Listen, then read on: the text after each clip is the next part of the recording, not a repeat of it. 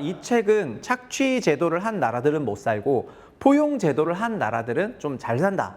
이러면서 이제 신국부론이라는 평가를 받고 있는데, 포용 제도의 국가는 뭔가 미국으로 대표되고 착취 제도의 국가는 뭔가 러시아라든가 북한 같은 그런 나라들로 대표되면서 민주주의나 사회주의, 그리고 자본주의 체제나 착취 베이스의 그런 경제 체제 뭐 이런 거를 이념적으로 뭔가 접하면서 쭉 가게 되는데요. 이 착취 제도나 포용 제도에 대한 그런 근본적인 구분을 이 책에서 하지 않고 있습니다. 그러니까 수치화된 거나 데이터나 계량으로 이거를 구분하지 않고 있어요. 그래서 뭔가 그냥 개념적 정의 속에서 논의를 진행을 하거든요.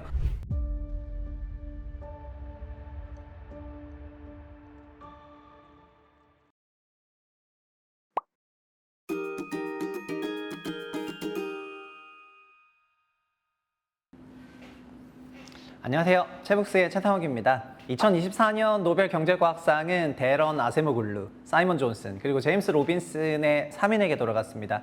여기서 가장 유명한 분은 아세모글루인데 그는 2012년에 국가는 왜 실패하는가? 라는 제목의 책을 제임스 로빈슨과 함께 내면서 매우 주목을 받은 그런 유명한 경제학자이자 작가님이십니다.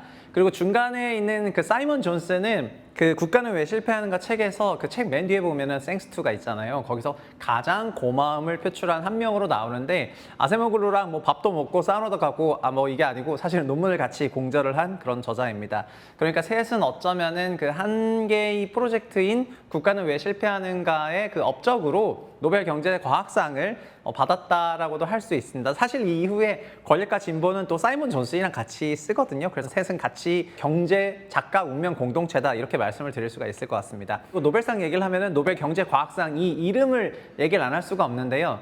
진정한 자연과학인 물리학 화학상에는 그 과학이 안 붙어 있습니다. 오직 경제에 economic science라고 과학이 붙어 있는데, 그럼 뭐 물리학이나 화학은 과학이 아니란 말입니까? 라고 할 수가 있지만, 경제학 과학상은 그 노벨의 유언으로 만들어진 상이 아니고요. 스웨덴 국립은행 창립 300주년, 300주년을 맞아가지고 1968년에 경제과학상을 제정하면서 1969년에 최초로 부여하기 시작한 것입니다. 원래 그 노벨의 유언은 물리, 그리고 화학, 그리고 생리의학상, 그리고 문학상, 그리고 이제 가장 중요한 평화상, 이 5가지 분야만 주도록 되어 있거든요. 그런데 현재 경제과학을 넣어서 이제 6가지를 주고 있는 셈입니다. 그러다 보니까 이 경제과학상이 근본이냐 아니냐 이런 약간 논란이 많은 상이기도 하고, 경제면 경제지 과학은 과학이, 왜냐면 노벨이 약간 과학과 평화에 주다 보니까 그럼 다른 것도 주라고 할 거잖아요. 그러니까 과학을 좀 붙여가지고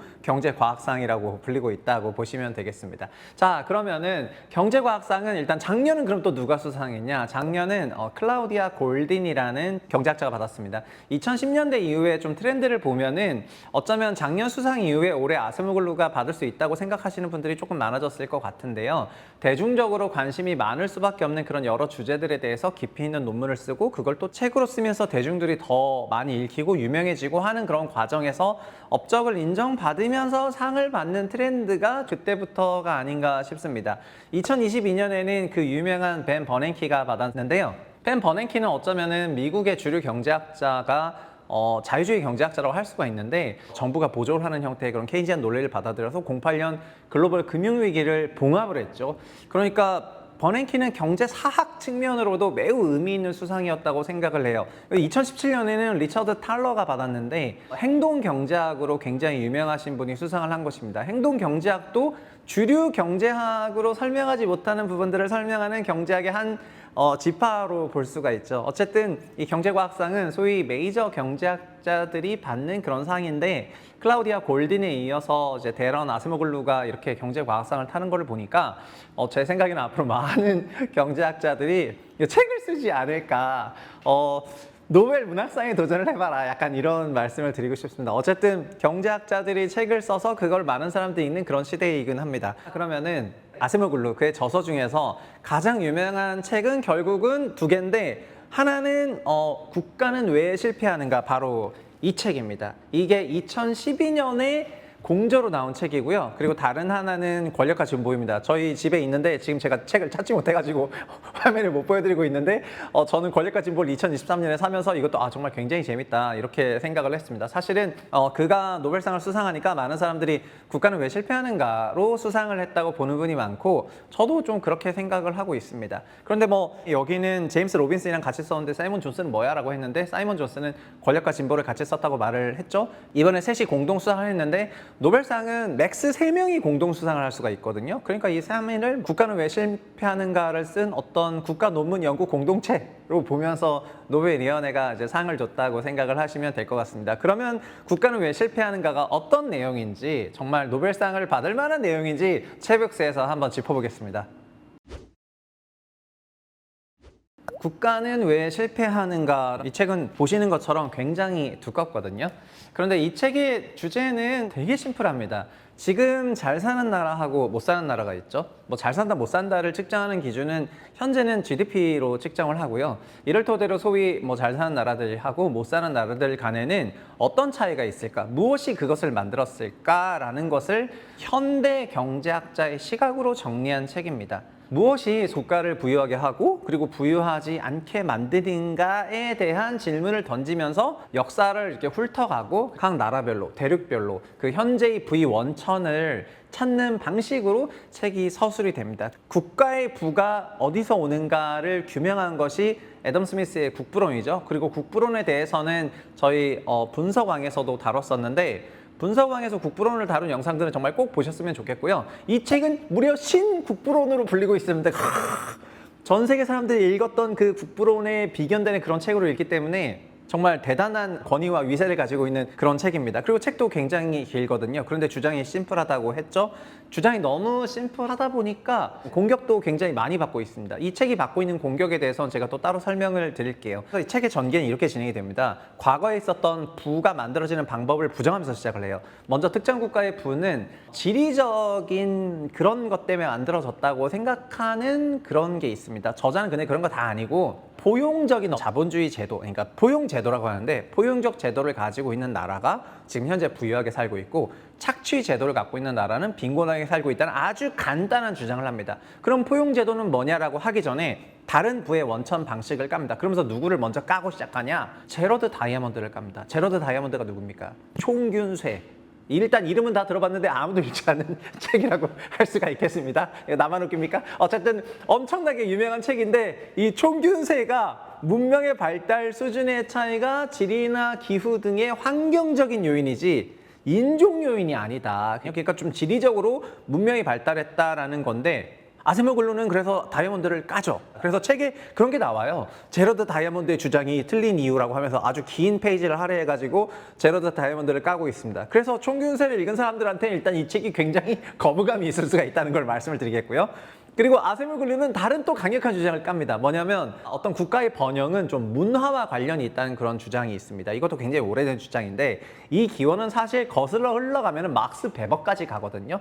저희가 채북스에서 부르디웨의 구별짓기라는 책을 다뤘듯이 문화라는 것은 굉장히 넓은 그리고 포용적인 단어인데 이 책에서는 다소 좀 이걸 좁게 해석을 했습니다. 그래서 사실 그는 막스 베버까지도 깐단 말이에요. 그래서 저처럼 또 막스 베버나 부르디웨 같은 문화책을 좋아하는 사람은 읽었을 때 일단 핀토가 2번 정도 나가게 되어 있습니다. 그래서 이 사람이 올해 노벨 경제학상을 받았지만 저는 그럼에도 불구하고 이 아세모글루의 책을 나도 그렇다면 좀 한번 비판을 해볼까 이런 생각을 하면서 이제 채북스를 또 키게 된 겁니다. 자, 그럼 저자가 주장하는 포용적인 제도, 포용적 체제를 하게 되면은 국가가 부유해진다 그랬는데 그럼 그 반대는 뭐냐면 착취적인 제도입니다. 일단 착취적인 제도가 뭔지 알면은 포용도 알 수 있게 하는데 착취를 가장 대표하는 국가는 책에서도 나오는데 남북한의 사례에서 북한입니다. 그러니까 사회주의 국가이고 소수가 다수의 부를 착취하고 엘리트들이 그거를 구축하고 이런 것들을 유지하는 나라들입니다. 콩고라든가 뭐 시에라리온 그리고 짐바브웨 이런 나라들이 나옵니다. 사실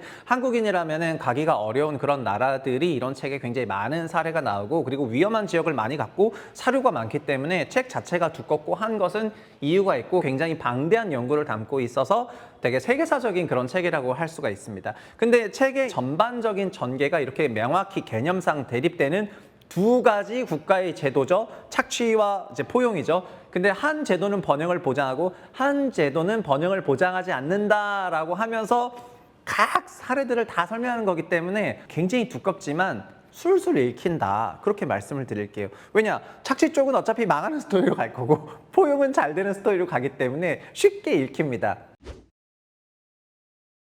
그런데 이 책에 딱 하나 반례가 나와요. 이게 진짜 큰 약점 중에 하나예요. 아세모글루의 주장에 가장 반례로 지목될 수밖에 없는 단 하나의 국가가 나오는데 거기가 어딜까요? 소위 사회주의 국가이고 국가가 뭔가 착취적인 면모를 가지고 있고 그래서 그냥 불안하지 않아야 되는데 지금 점점 GDP 베이스로는 부강해지고 있는 나라가 있습니다. 바로 어디죠? 바로 중국입니다. 그래서 이 책은 이 중국이란 존재로 인해 가지고 정면으로 부정되고 있기도 하거든요. 책은 그래서 중국을 앞에 다루면은 좀 문제가 있을 거기 때문에 편집에서도 중국 얘기를 맨 뒤로 다룹니다. 근데 중국을 그래서 아주 자세하게 다루기 때문에 저는 이 책을 통해 가지고 오히려 중국의 역사라든가 경제 서사에 대해서 좀 내러티브를 좀 더 익혔다고 생각해서 그 부분이 저한테는 좀 굉장히 좋았다 이렇게 말씀을 드리겠습니다. 사실 그러니까 아프리카에 있는 국가들이나 남미에 있는 빈곤 국가들이 착취적 제도를 가지고 있고 그렇지 않은 나라들은 좀 잘 됐고를 직관적으로 이해하는 건 굉장히 쉽습니다. 남한과 북한에 대해서도 굉장히 비교를 하거든요. 한국 자본주의나 민주주의로 인해서 북한보다 잘 사는 걸 어필하고 싶었던 우리 선배 세대들한테는 이 책은 어마어마한 명저가 되는 것입니다. 그렇다면 북한이 못 사는 건 이해되는데 중국도 못 살아야 되잖아요. 그러나 중국은 현재 지금 굉장히 올라가고 있거든요. 중국도 문제가 많죠. 문제가 많지만 GDP 베이스로 측정하면 중국의 부가 올라오고 있기 때문에 책에 있는 그런 핵심 주장을 너무나 거대한 국가가 부정을 하고 있는 그런 상황이어가지고 그래서 이제 좀 좋지 않죠. 중국을 다루면서 이제 이런 문장을 하면서 그 책을 마무리를 짓게 되거든요. 중국도 그러니까 덩샤오핑 전에는 순수 착취형이었는데 이후에는 뭔가 약간 그 정도는 아니었다라고 설명을 좀 하고요. 그리고 농민에게 인센티브도 줬고 했기 때문에 중국 역시 순수 착취에서 준착취로 갔다라고 이렇게 좀 얘기를 하게 되거든요. 뭔가 사회주의 개인 소유권이 없고 그리고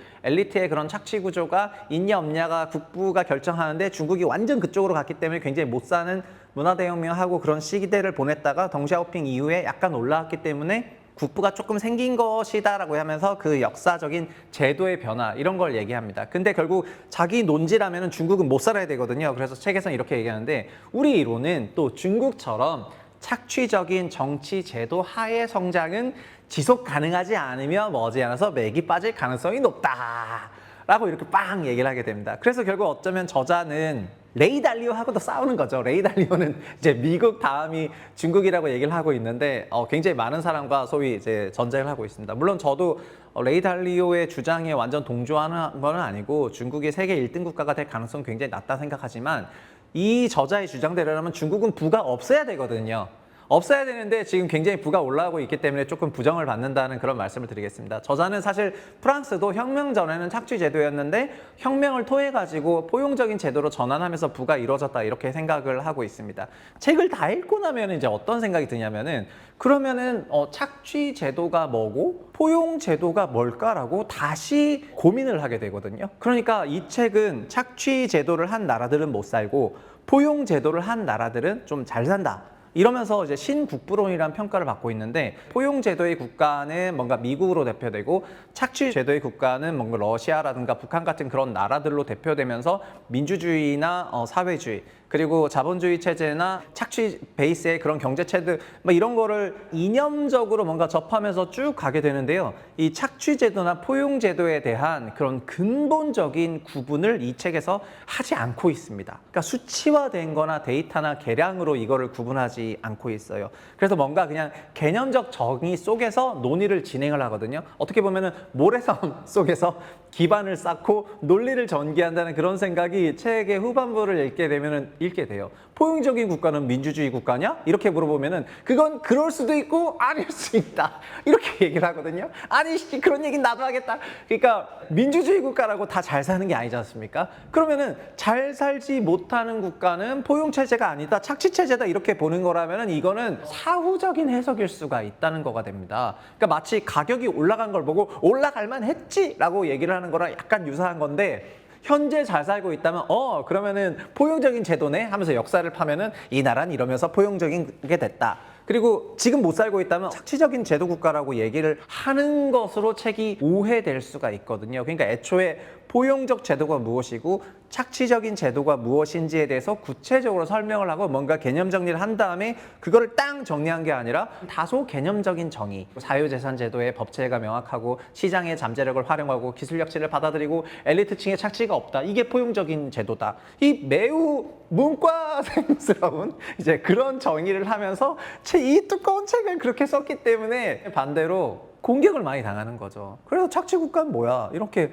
공격을 당하는 것입니다. 그래서 이 책을 읽고 난 사람들 중에서 와, 대작이었다, 브라보라고 얘기하는 사람이 있는 거고, 그리고 저처럼 읽고 나서 아, 그럼 포용이랑 착취의 어떤 통계적, 수치적, 데이터적 어떤 그런 기준은 뭘까라는 그런 질문을 하게 되면은 이 책은 다소 굉장히 개념적인 정의를 가지고 논문을 쫙 전개를 한 거가 좀 아쉽다라는 그런 생각도 들 수 있거든요. 근데 물론 저 같은 한국에 있는 유튜버 필부가 노벨 경제과학상을 받은 작가의 책을 비판을 한다는 것이 썩 내키지 않을 수도 있겠지만 어쨌든 그렇습니다. 이게 서두에 이 책이 신국부론으로 불린다 이런 말씀을 드렸는데요.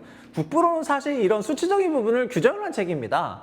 그러니까 제2의 국부론이라고 했는데 제가 생각할 때 그 정도는 아닙니다. 왜냐하면 그 이전에 많은 사람들이 국부의 원천은 금과 같은 그런 천연자원이 많은 것을 국부로 보고 있었습니다. 그런데 애덤 스미스는 왜 혁명적이냐면은 현재 경제학적인 사고방식, 즉 가장 생산을 많이 하는 국가가 국부의 원천이라는 것을 밝힌 것이 국부론입니다.